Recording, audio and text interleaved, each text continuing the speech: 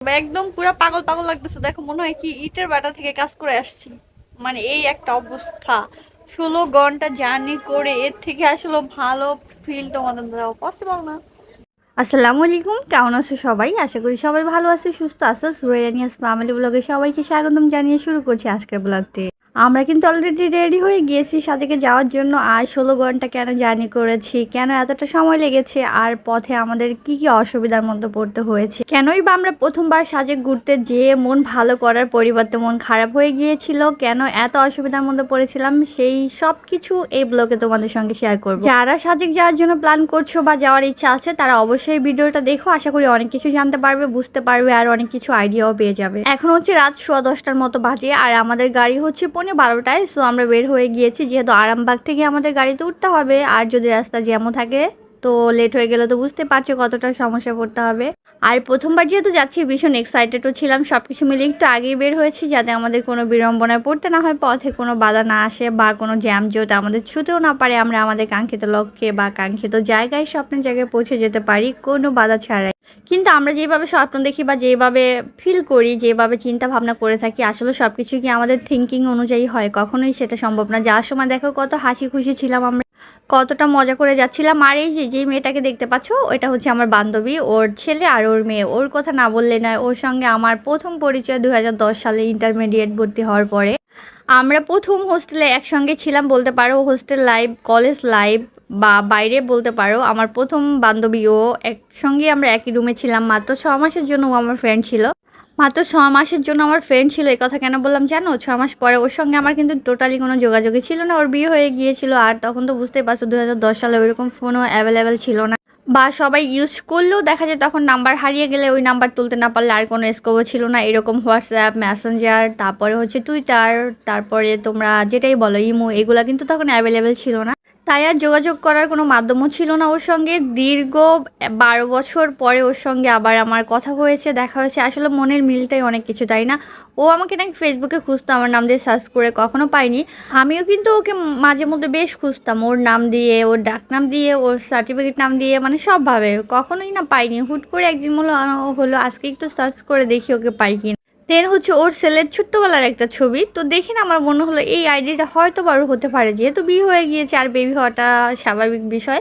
দেন আমি একটু খোঁজাখুঁজি করে দেখলাম ওর পুরানো একটা ছবি, দেখে তো আমি পুরো অবাক হয়ে গিয়েছে। ইয়েস, এটাই তো আমার বান্ধবী। দেন আমাদের গত 1.5 বছরের মতো, মানে 1 বছর প্লাস ওর সঙ্গে আমার কথা হচ্ছে, কন্টিনিউ দেখা হচ্ছে। বুঝতেই তো পারছো এতদিনের ফ্রেন্ডশিপ আমাদের কীরকম আছি আমরা।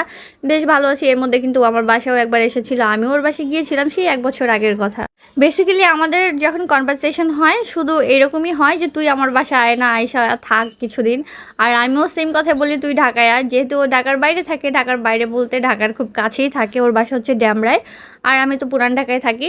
সো আমাদের মধ্যে কনভারসেশন হলে শুধু এটাই চলে, তুই আয়, আর ও বলবে তুই আয়। মানে এরকম করে করে হয়নি। যেহেতু আমরা সাজেক যাবো প্ল্যান করছিলাম, আর ওকেও জানালাম, ও রাজি হয়ে গেল যাওয়ার জন্য। দেন এই তো ফাইনালি যাচ্ছি। আর ওর হাজব্যান্ড ভাইয়া যে, উনি যায়নি ওনার ব্যক্তিগত কিছু কারণে, সেটা হচ্ছে যাই হোক, না বলি। তো ওই তো আমরা যাচ্ছি ফাইনালি। ভাইয়া গেলে অনেক বেশি খুশি হতাম, অনেক ভালো লাগতো। আর আমার বান্ধবীর কিন্তু খুব মন খারাপ ছিল, ওর হাজব্যান্ড যায়নি। তবুও আমরা একসঙ্গে যাচ্ছি, মানে এত বছর পরে। কি বলবো, মানে বলার ভাষা নিয়ে। আসলে ওরও 2টা বেবি হয়ে গিয়েছে, আমার বেবি হয়ে গিয়েছে, বুঝতে পারছো কেমন আমাদের ফ্রেন্ডশিপটা ছিল। তো অনেক কথা বলে ফেলছি। আর এদিকে কিন্তু আমরা আমাদের হচ্ছে কি বলবো, গাড়ি কাউন্টারে রাজারবাগে চলে যাচ্ছি। আমার বান্ধবীর গল্প করতে করতে অনেকটা সময় নিয়ে নিয়েছি। তো আমার যে সকল আপু এবং ভাইয়ারা আমার ভিডিওটা এই মুহূর্তে দেখছো, প্লিজ একটা লাইক কমেন্ট করে দিও। আর যারা প্রথমবার ভিজিট করছো চাইলে আমার চ্যানেলটা সাবস্ক্রাইব করে দিয়ে আমার পাশে থেকে যেতে পারো। আমি কিন্তু মাঝখানে একদিন ভিডিও দিতে পারিনি, আর অনেকটা অনিয়মিত ছিলাম ইউটিউবে, বুঝতেই পারছো। সো আশা করি আমার মিষ্টি আপু এবং ভাইয়ারা এই বিষয়টা ক্ষমা সুন্দর দৃষ্টিতে দেখবেন এবং আমাকে আগের মতোই সাপোর্ট করবেন। আমার বান্ধবী প্রথমবার ক্যামেরার সামনে আসতে ভীষণ লজ্জা পাচ্ছিল, ওর ইতস্তত হচ্ছিল। তো আমি ওকে নিয়ে বারবার মজা করছিলাম যে আমি সব থেকে তোর ভিডিও বেশি করব, কেন তোর লজ্জা লাগছে। আমরা কিন্তু 10টা 40-এ পৌঁছে গিয়েছিলাম আরামবাগে। অনেকটা সময় ওখানে কাউন্টারে আমরা বসে বসে গল্প করেছি, খেয়েছি, নাস্তা করেছি। তো ফাইনালি গাড়িতে উঠে বসেছি। যেহেতু ওর হাজব্যান্ড যাবে না, তাই ও আমার বাসায় চলে আসছিল সন্ধ্যার দিকেই, মানে যাতে রাতের বেলা সমস্যা না হয়। তো আমরা রাতে খাবার খেয়ে একসঙ্গে বের হয়েছি বাসা থেকে।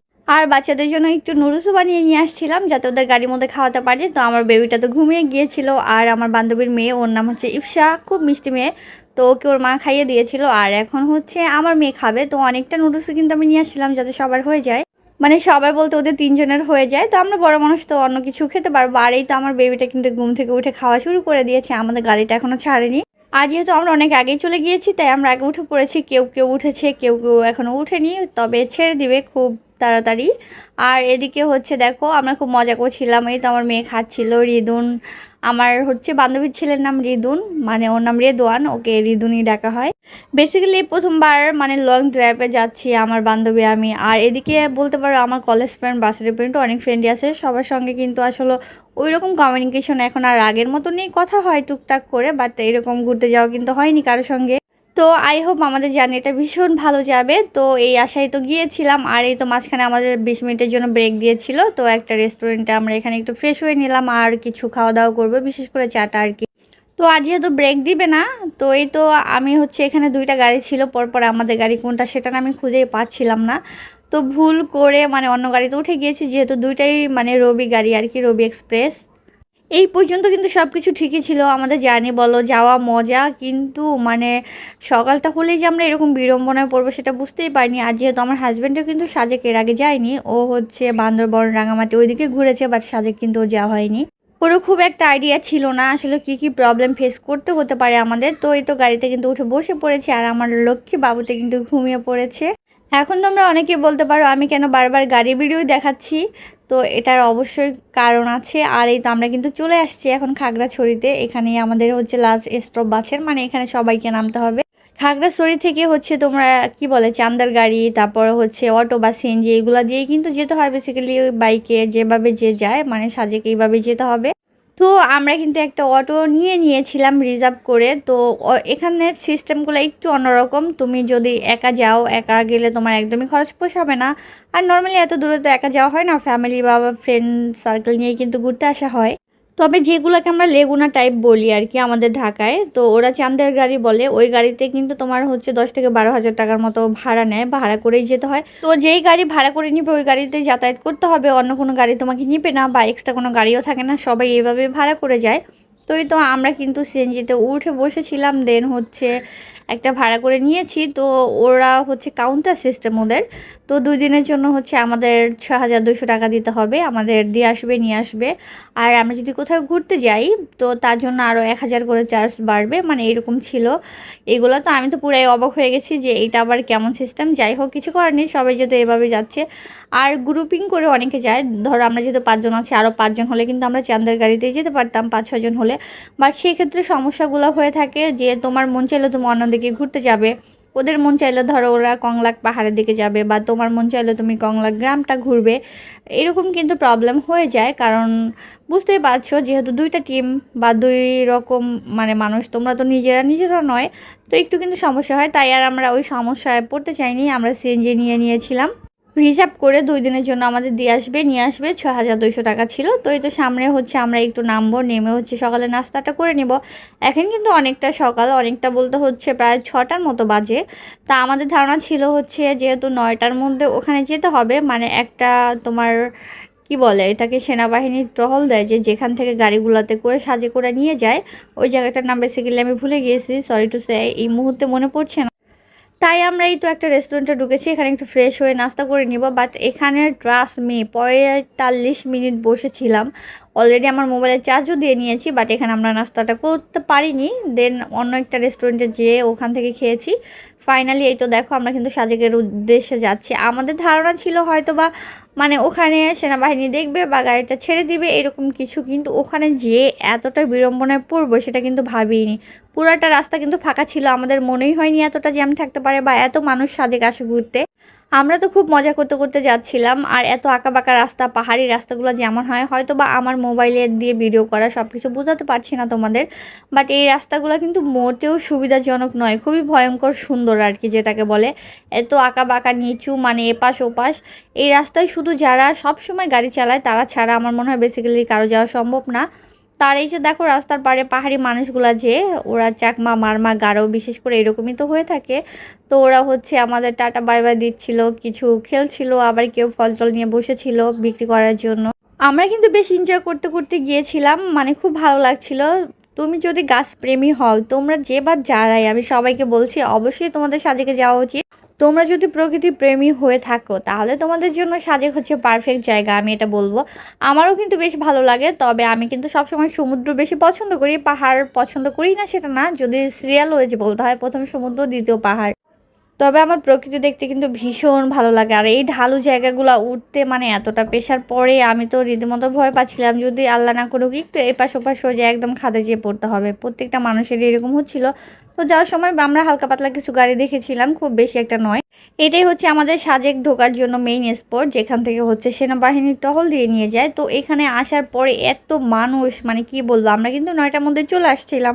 তো এখানে আসার পর ওরা বললো 10টা থেকে 10:30টার মধ্যে হচ্ছে গাড়িগুলো ছাড়বে। তো এখানে 1.5 ঘন্টা বসে থাকবো। এখানে কিন্তু আমরা 2.5 ঘন্টার মতো বসেছিলাম, এত মানুষ ছিল। আর হচ্ছে ওরা সিরিয়াল ওয়েজ সব কিছু দাঁড় করাচ্ছিল। আর এইদিকে দেখো এত সুন্দর সুন্দর ডাব, কলা, তারপর হচ্ছে আনারস, পাহাড়ি ফলগুলো না খেলেই কিন্তু নয়। তো এইদিকে ডাব হচ্ছে আমরা খাবো, দামাদামি করছিলাম। আর এই চাচা তো 100 টাকা বলে চুপ করেছিল। তো আমার বান্ধবী বলতেছিল যে আমরা ঢাকায় তো 100 করে খাই, তাহলে এখানে কেন 100 করে খাবো, আপনাদের তো কম নেওয়া উচিত। যাই হোক, একটু বার্গেনিং করেই তো কিনে নিলাম। তো এদিকে আসলে একটু বার্গেনিং করেই কিনতে হয়, যতটুকু আমি বুঝলাম আর কি এতটুকু রাস্তায় এসে। তো এই তো আমরা কিন্তু ডাব খাচ্ছি আর ওয়েট করতেছিলাম, যেহেতু সারা রাত জার্নি করেছি, সবার অবস্থায় খারাপ। আর এদিকে আমার বান্ধবী তো কয়েকবার বমিও করেছে। ওর কিন্তু লং জার্নি করার অভ্যাস একেবারে নেই, আমারও যে খুব একটা নেই তা কিন্তু নয়, তবে মাঝে মধ্যে তো আমার যাওয়া হয় ঘুরতে টুরতে, তো আমার কিন্তু অত বেশি খারাপ লাগেনি। কিন্তু ঘুম হয়নি তো খুব ক্লান্ত বোধ হচ্ছিল। আর দেখো একদম চেহারাটা ফ্যাকাশে হয়ে গেছিলো। বাট এখানে আসার পরে যে 2.5 ঘন্টা বসেছিলাম, এই 2.5 ঘন্টা না মনে হচ্ছিল 2.5 দিনের মতো, একদমই কাটছিল না, খুবই খারাপ লাগছিল। প্রচণ্ড রকমের গরম রোদ, তারপরে তো মানে কি বলবো বুঝতেই পারছো, আমি তো বসেই পড়েছি। আর আমার হাজবেন্ড আর আমার মেয়ে এদিকে খেলছিল, ওকে একটা কি বলে এটার মধ্যে চকলেট থাকে মেবি কিনে দিয়েছিল। তো ওর বাবা ওকে একটু আনন্দ দেওয়ার চেষ্টা করছিল, কারণ বাচ্চাটাও আমার একদম ফ্যাকাশে হয়ে গিয়েছে এই গরমের মধ্যে। আমি একটু আইসক্রিম খাচ্ছিলাম, মানে কি করব আসলে না বুঝতে পারছিলাম না। তোমাদের যদি আশেপাশটা দেখায় তাহলে বুঝতে পারবা কি পরিমাণ মানুষ সাজেক যাচ্ছে। তো আমার হাজবেন্ডও অনেকটা ভয় পেয়ে যাচ্ছিল যে আমরা আসলে যে কোনো কটেজ পাবো কিনা, ভালো কোনো কটেজ উঠতে পারবো কিনা। অবশ্যই আমরা 2 দিন আগে একজনের সঙ্গে কথা বলেছিলাম বুকিং দেওয়ার জন্য, বাট ওটা না আমরা ওইভাবে ফিক্সড করিনি, বা ওদের সঙ্গে আর কোনো কন্ট্যাক্টই হয়নি আমাদের। যে আমরা ভেবেছিলাম যাবো, যে দেখে মনের মতো একটা নিব, বাট দেখো কি পরিমাণ মানুষ।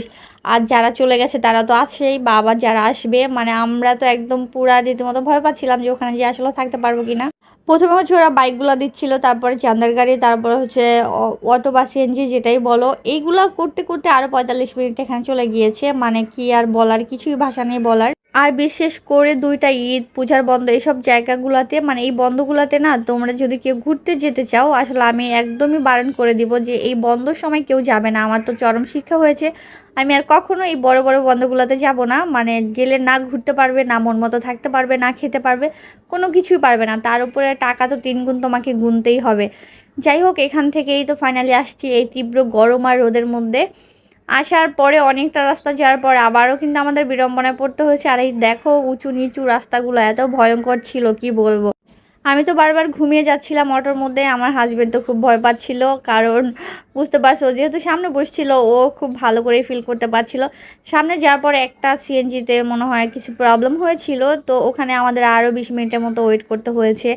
দেন হচ্ছে একটা স্টপ, মানে মেইন পাহাড়টা যেটা সাজেকের, তুমি মেইন যেই ড্রিঙ্কসটা নিতে পারবে, ওই পাহাড়ে ওঠার আগে কিন্তু ওরা হচ্ছে 20-30 মিনিট আবার ব্রেক নেয়, কারণ ইঞ্জিনে তো বুঝতে পারছো একটা পাহাড়ে ওঠার জন্য তো ইঞ্জিনে যেহেতু ব্যাপক প্রেশার পড়ে, তাই ওরা হচ্ছে ইঞ্জিনটাকে একটু ঠান্ডা করার জন্য 20-30 মিনিট ব্রেক নিয়ে থাকে।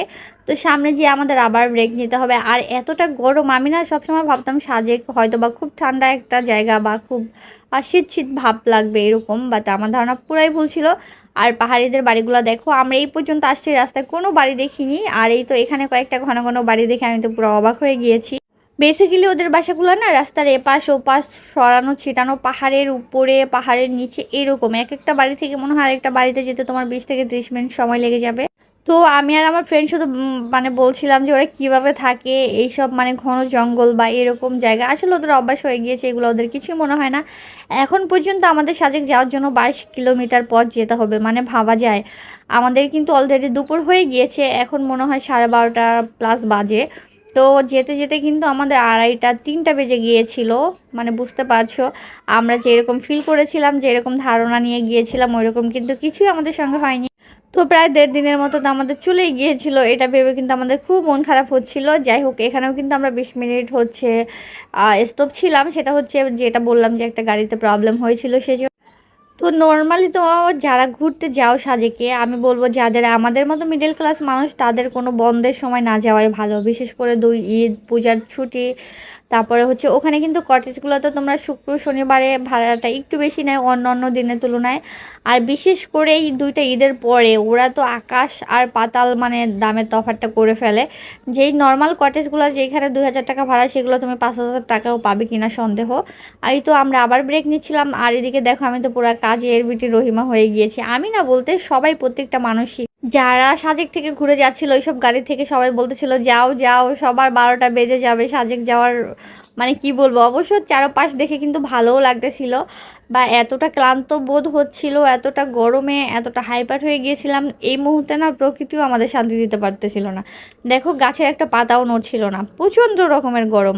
আর এদিকে আমার বেবিটা ড্রেস চেঞ্জ করে দিয়েছি, আর আমরা তো গোসল হয়ে গিয়েছিলাম কয়েকবার। দেখো আমার কি অবস্থা, আমাকে কেমন লাগতেছিল, একদম পুরাই অন্যরকম লাগতেছিল। মানে যাই হোক, কিছু করার নেই, 16 ঘন্টা জার্নি করে তো বুঝতেই পারছো। তারপরে সেটা কিন্তু আরামের জার্নি না। যদিও আমার হাজব্যান্ড আরাম করার জন্য খুব ভালো গাড়িতে আমাদের নিয়ে আসছে যাতে কষ্ট না হয়, বাট এই রাস্তাগুলো দেখো সেই আরামের 12টা বাজিয়ে দিয়েছে আমাদের। তো যাই হোক, ফাইনালি এখানে ব্রেক নিয়ে এখন হচ্ছে মেইন পাহাড়ে মানে সাজেকের ফিল নেওয়ার জন্য আমরা যাচ্ছি। আর এই পাহাড়গুলো কিন্তু খুবই ভয়ঙ্কর, এই দিক দিয়ে উঠতে আমার এতটা ভয় লাগতেছিল, মনে হচ্ছিল একটু যদি মানে হাত এদিক সেদিক হয়ে যায় ব্রেক কি না কি হবে। আলহামদুলিল্লাহ, আল্লাহর রহমতে খুব ভালোভাবে আমরা পৌঁছেছি। বাট এখানে কিন্তু আমার হাজব্যান্ড বারবার কথা বলছিল, কোনো কটেজই পাচ্ছিল না, ফাঁকা পাচ্ছিল না, মানে কি একটা অবস্থা। তো আমরা কোনো রকম একটা রুম পেয়েছি, যেটা কি বলবো আমার তো পছন্দ, কারোই পছন্দ হয়নি। তার উপরে ভাড়া তো 4,000 5,000 6,000 দিয়েও তুমি থাকতে পারবা না, মানে একদমই পুরা নোংরা টোংরা কটেজগুলা। মানে ভালোগুলা তো পাওয়া খুবই টাফ। তো এই তো আমরা কিন্তু ফাইনালি চলে আসছি। আর আমরা কেমন কটেজ নিয়েছিলাম, কোথায় নিয়েছিলাম, কিভাবে নিয়েছিলাম, সে সব কিছু তোমাদের সঙ্গে শেয়ার করব নেক্সট ব্লগে। এই ব্লগটা কিন্তু অনেক বড় হয়ে গিয়েছে। আর আমার অবস্থা তো প্রথম দেখে বুঝতেই পারছো, আমার না বেসিক্যালি আমাদের সবারই কেমন হয়েছিল। তো আজকের ভিডিওটা কিন্তু আর বাড়াবো না, এখানে শেষ করে দিব। আমার যে সকল আপু এবং ভাইয়েরা ধৈর্য ধরে আমার ভিডিওটা দেখেছো, সবাইকে অসংখ্য ধন্যবাদ। এবং যারা প্রথমবার ভিজিট করছো, চাইলেই কিন্তু আমার চ্যানেলটাকে সাবস্ক্রাইব করে দিয়ে আমার পাশে থেকে যেতে পারো। নেক্সট ভিডিওতে তোমাদের আরও ডিটেইলে সব কিছু বলে দেবো। আশা করি সে পর্যন্ত আমার সঙ্গেই থাকবে। আল্লাহ হাফেজ সবাইকে।